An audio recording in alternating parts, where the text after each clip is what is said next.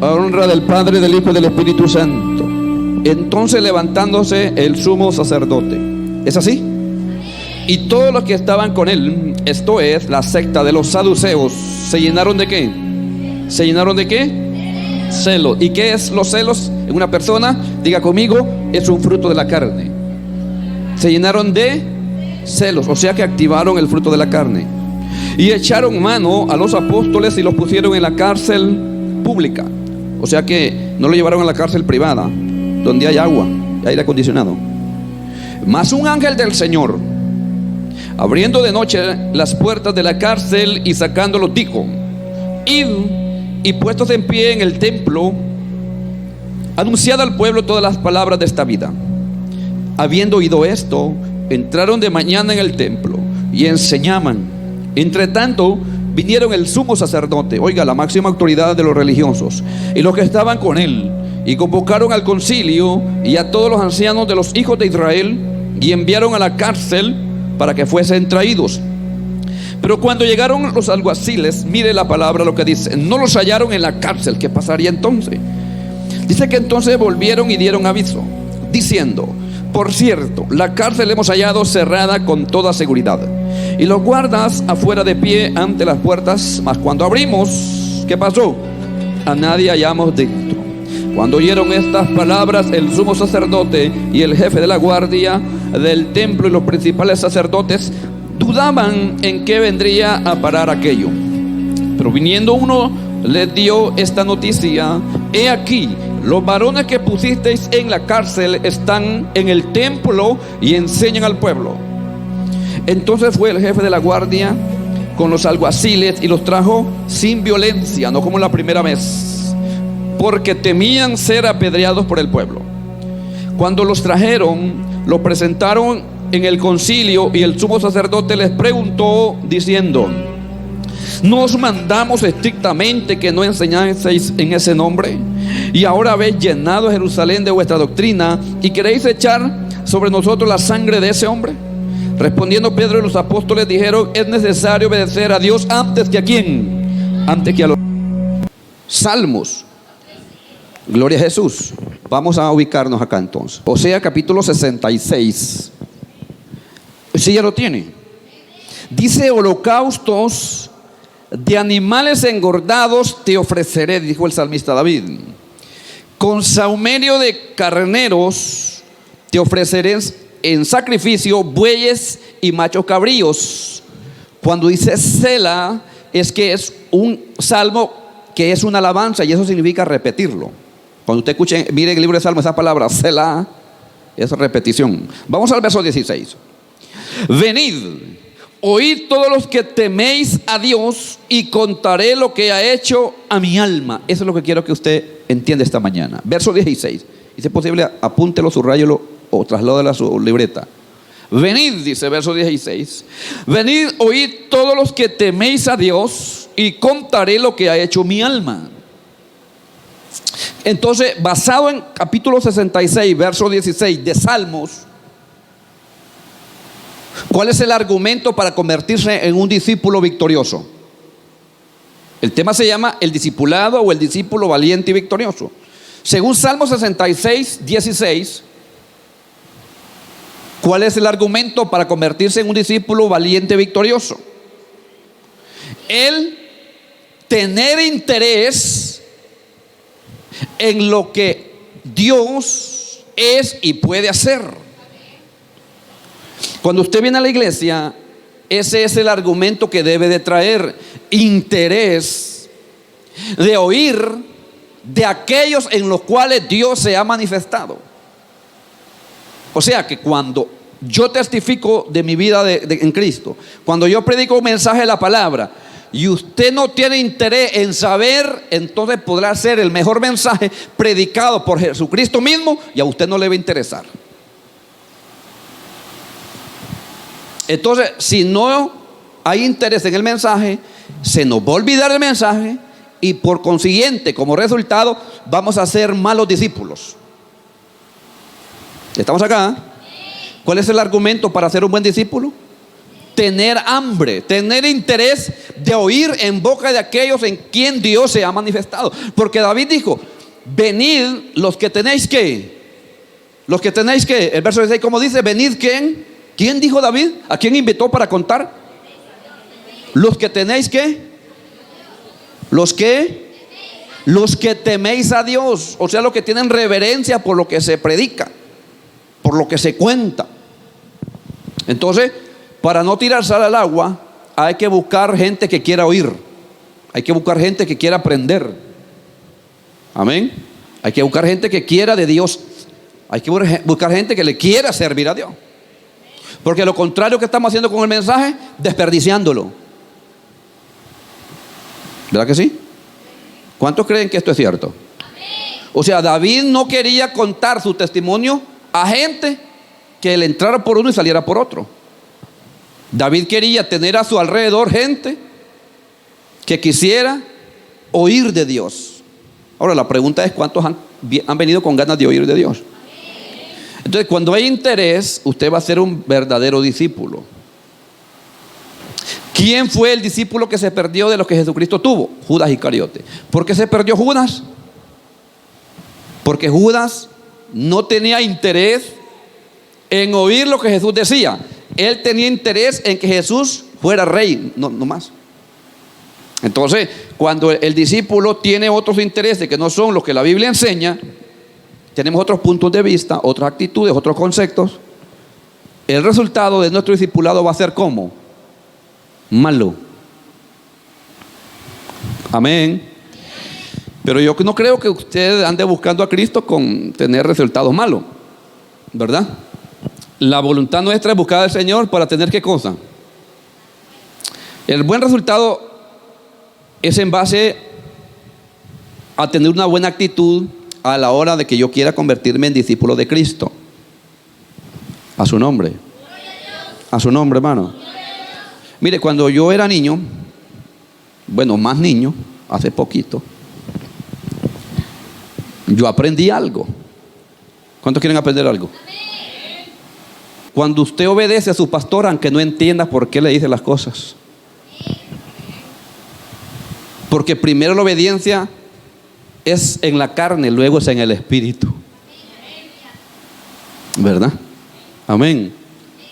Y si el tema se llama el discipulado valiente victorioso, consiste en que estos hombres que narra la palabra aquí en esta mañana fueron hombres, hermanos, que empezaron a ser sometidos a prueba, como se prueba el oro.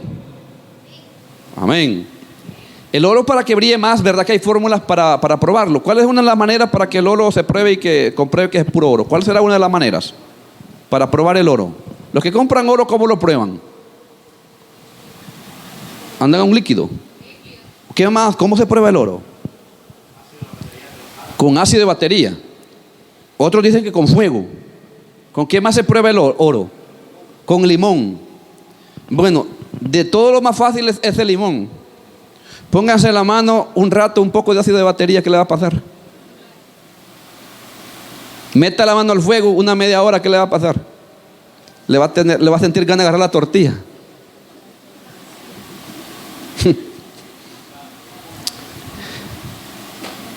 Entonces, y sin embargo, en vez del oro derretirse o podrirse o desaparecer, brilla más, porque es puro oro. El cristiano, para que brille más en medio de las pruebas, tiene que saber qué calidad de cristiano es, como qué calidad de oro es. ¿Verdad que sí? Porque hay cristianos que nos gustan solo las pruebas fáciles, esas suavecitas. Amén, hermano. Amén. Esas pruebas que se vayan solo reprendiendo al diablo y ya.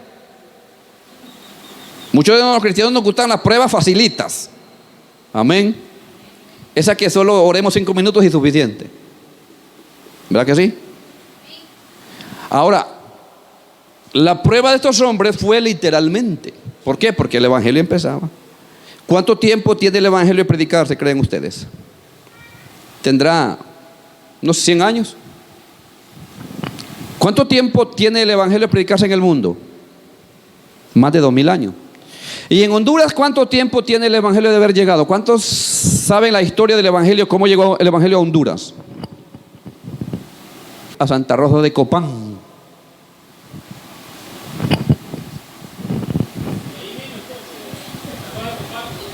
Se expandió.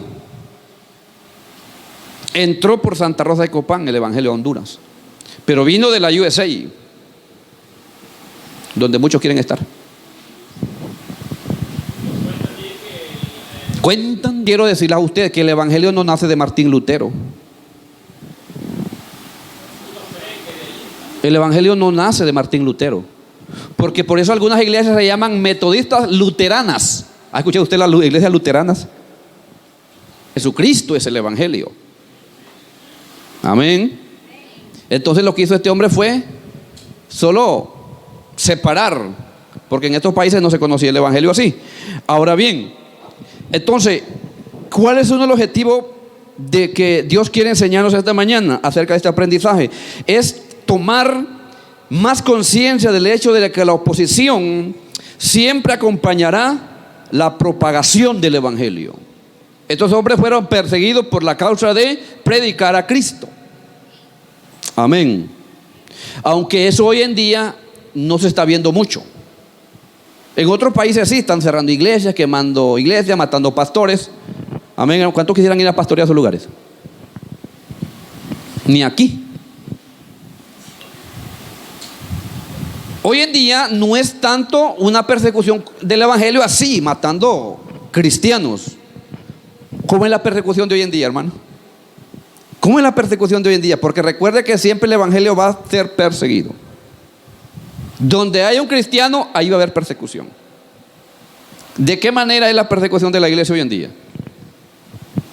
Como, amén, hermano. Dejó de ser así, tan carnalmente como en esta época.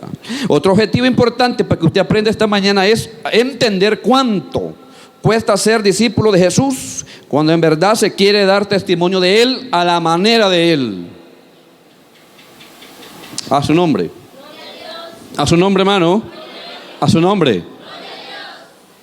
Amén. ¿Cree usted que es fácil ser testigo de Cristo como Él quiere que seamos hoy en día? La persecución no es como antes, pero seguirá siendo fácil. ¿En qué no es fácil? ¿En qué área no es fácil hoy en día? Antes perseguían a los cristianos, hoy no te persiguen. Hoy lo que hace el mundo es burlarse de ti. Es una persecución. Y si usted no está preparado para que se burlen de usted, usted va a terminar cediendo. No a la palabra, sino cediendo al mundo. Otro objetivo maravilloso de aprender es que hay poder, amén, hermano, y tenemos que regocijarnos aún en tiempos de persecución, tal como lo hicieron los valientes discípulos en esta ocasión.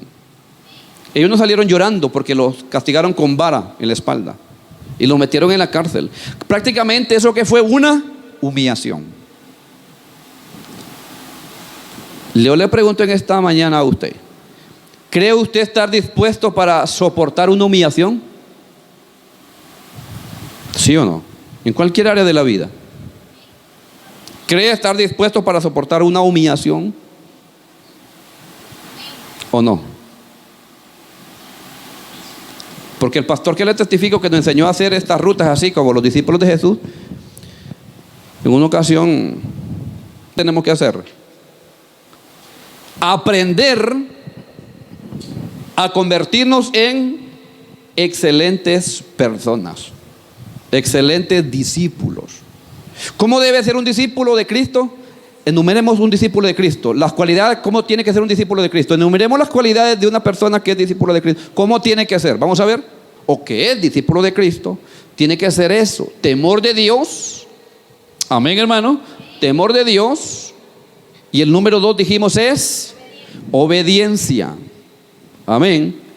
Usted podrá faltarle cualquiera de los demás, pero si tiene esos dos puntos principales, usted va a ser un excelente cristiano. ¿Sabe que por qué son criticadas las iglesias hoy en día? Por falta de esos dos puntos, de los dos primeros. El cristiano que se congrega pero no tiene temor de Dios, le vale hacer cualquier cosa allá afuera y como que no pasó nada. Pero ¿quién es el que pierde? La iglesia está perdiendo su testimonio. El evangelio está retrocediendo con un mal testimonio. Entonces esa persona podrá creer en Dios, pero no va a ser un excelente discípulo de Cristo y no va a tener buenos resultados. Amén. ¿Dónde se basa el Espíritu Santo, Dios, Jesucristo, para moverse con autoridad y demostrarle al mundo que el Evangelio es poder, no es religión? ¿En dónde se basa el Señor? En discípulos que sean temerosos de Dios y que sean obedientes. Todavía no era un apóstol Pedro, todavía no era un apóstol Juan, y Jesucristo le dio las tareas más difíciles a ellos, pero no porque estaban llenos del Espíritu Santo, sino porque eran ¿qué? Obedientes. Entonces usted debe de aprender que el punto más importante es la obediencia. ¿Cuántos como padres de familia estamos luchando con nuestros hijos para que sean obedientes? Creo que hace hasta lo último usted, para que su hijo se convierta en un hijo obediente. Entonces, si miramos que a nuestros hijos les conviene ser obedientes, ¿por qué no me conviene a mí como cristiano ser obediente con Dios? ¿Verdad que sí? Si usted quiere ver un evangelio de poder, ser un cristiano de victoria, usted tiene que ser un cristiano obediente y temeroso de Dios. A su nombre. Amén, hermano. A su nombre. Porque la obediencia es lo que marca la diferencia entre un cristiano y otro cristiano, un pastor y otro pastor, una iglesia y otra iglesia. ¿Qué es lo que marca la diferencia? El temor a Dios y la obediencia. A su nombre. ¿Qué pasó con estos apóstoles? Los llevaron a la cárcel y los arrastrados de los brazos, o sea, prácticamente los humillaron. Y los metieron en la cárcel. Y los metieron adentro, les cerraron la puerta con candado y afuera pusieron guardias de seguridad. ¿Y qué pasó a medianoche? Y a la medianoche llegó el esposo. Amén. Dice que llegó un ángel. O sea que no era cualquier ángel. Dice que inmediatamente se abrió la puerta, lo sacó y les dijo: vayan, párense en el templo y anuncien las cosas de esta vida. Y como resultado, al siguiente día, ¿qué fue lo que hicieron ellos? Se fueron a bañar, a pescar. ¿Qué fue lo que hicieron ellos? Tal como les dijo el ángel, que fueran a predicar. No les importó quién los metió en la cárcel o si lo volvían a meter otra vez en la cárcel. Lo importante es, diga conmigo, obedecer. Estos discípulos obedecieron cuando Cristo estaba en vida y siguieron obedeciendo cuando Cristo estaba allá en el cielo también. Amén. A su nombre. Esa es la diferencia. Esa es la diferencia. Dios va a marcar diferencia contigo cuando usted haga la diferencia. ¿Y qué es marcar la diferencia? Que usted como cristiano, como discípulo de Cristo, tiene que acostumbrarse a hacer las cosas que un cristiano debe de hacer sin que nadie esté encima, apoyándolo. ¿Cuál es la obligación de un discípulo? Orar, leer la Biblia. La obligación de un discípulo hoy en día es ayunar. La obligación de un discípulo es, hermano, vivir en santidad y en consagración para Dios. A su nombre, ¿eh? Amén, hermano. Esas son las obligaciones de un discípulo. Y cuando nosotros las cumplimos, va a empezar el Espíritu Santo a trabajar con nuestra vida y a hacer cosas maravillosas. El otro día tuvimos de visita en casa del hermano Nando, de la hermana Alba. Y ya estando ahí, decidimos hacer una oración. Y pega a mi esposa el grito: Marco, ¿qué pasó aquí? Vas a girle. Un hombre habló ahí atrás, dijo. Un hombre.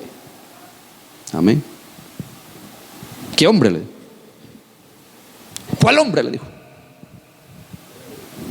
Allá atrás habló un hombre. Y se chupó los dientes y dijo: ya están estos otra vez aquí. No, pero los hermanos están aquí en la oración. Y va a mirar atrás. No hay nadie. Ella escuchó por el oído del Espíritu que los brujos del barrio se molestan cuando el pastor entra a esa colonia.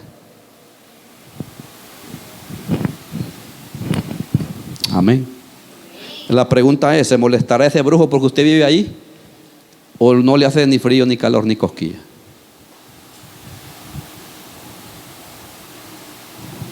Amén, hermano.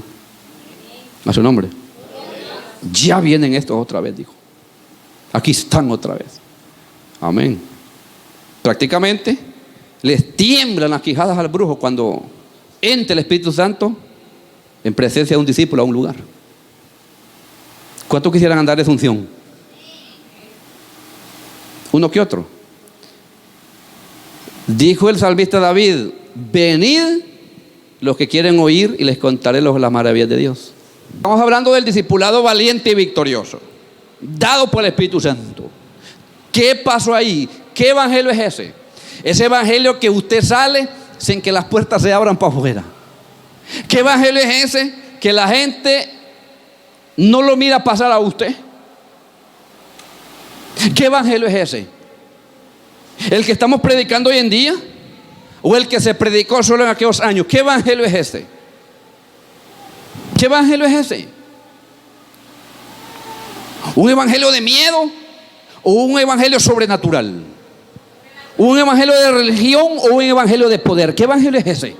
De poder. ¿Verdad que sí es de poder? Pero es porque usted está leyendo qué fue lo que pasó, que un ángel abrió la puerta. Pero ¿qué pasaría si hoy en día yo me paro frente a su cama a medianoche sin abrir la puerta? ¿Qué diría usted del pastor?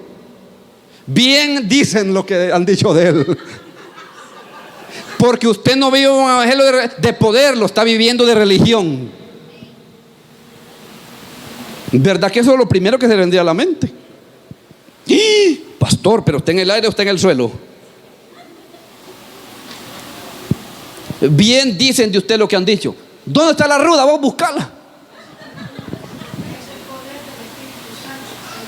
Pero la pregunta es, ¿estamos viviendo ese evangelio hoy, sí o no? ¿Por qué no lo estamos viviendo? Pero ¿por qué no estamos viviendo ese evangelio hoy? De que usted entre a una casa de un hermano sin que le abran la puerta. Que se le tire un perro bravo que sale a recibir, usted le diga: tranquilo, Raider. Y se relaja y sigue adelante. ¿Estamos viviendo ese evangelio o no lo estamos viviendo? Hermano, ábrame la puerta. Enciérrame el perro primero.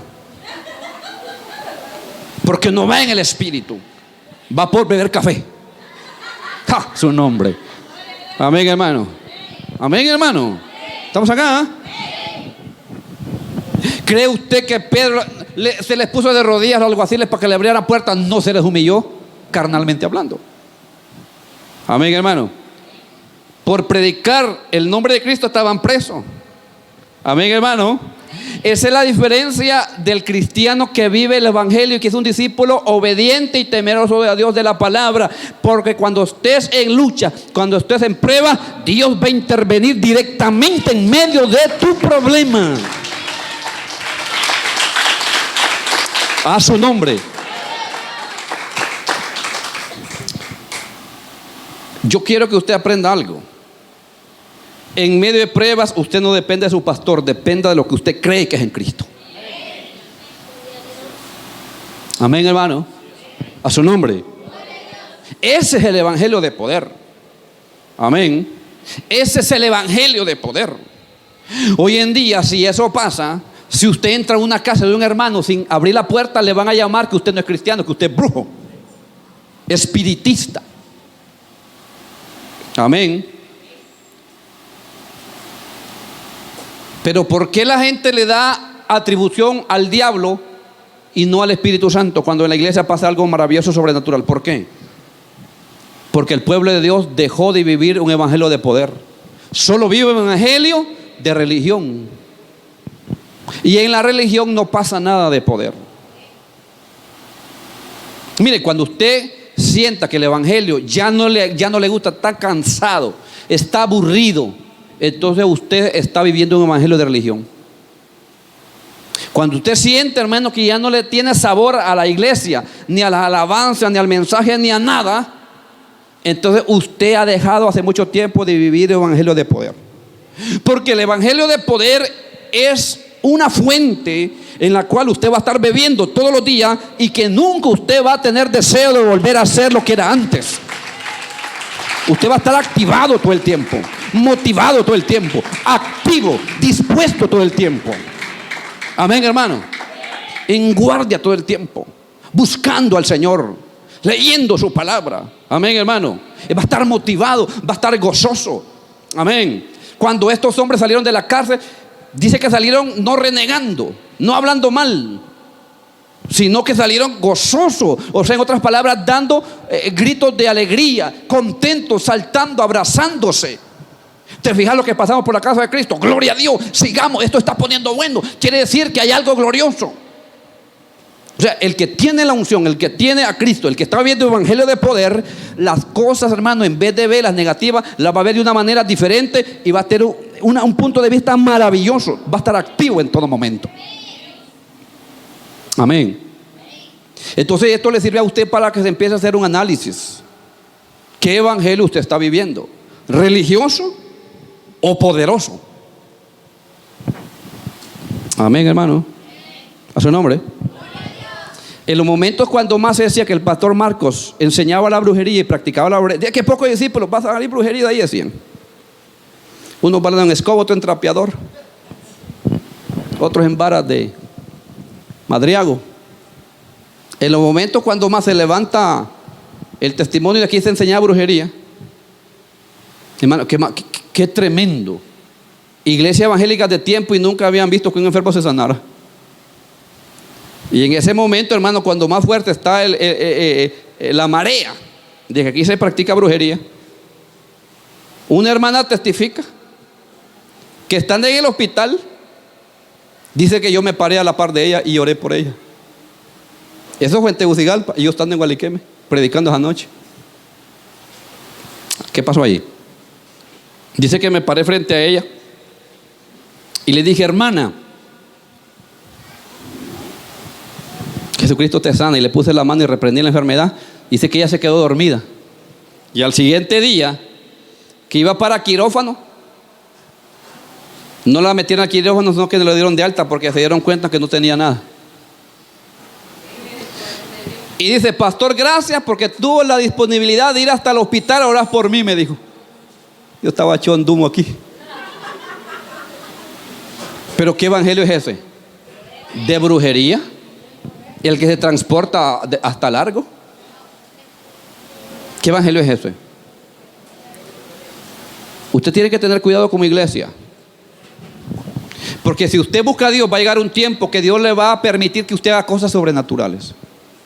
Y si usted no está preparado para la crítica, se va a ir abajo. Usted se va a ir abajo. Amén, hermano. ¿Sabe qué, pastor? Le vengo a contar algo, me dijo una vez una persona. Dicen que usted sale en Ciguaté a medianoche. ¿Cómo así, hermano? Le digo. Pero no sale así como persona, no, que dicen que se convierte en un toro negro. ¿De veras, hermano? ¿Y qué raza es? Le digo. Pues esa raza no han dicho, pero dice que es un inmenso toro y así de gordo. Le engañaron, porque si fuera yo, fuera tuyo el torito, le digo. Denle un aplauso a Cristo. ¿Cuánto cree que Cristo vive? Y todo lo que respira.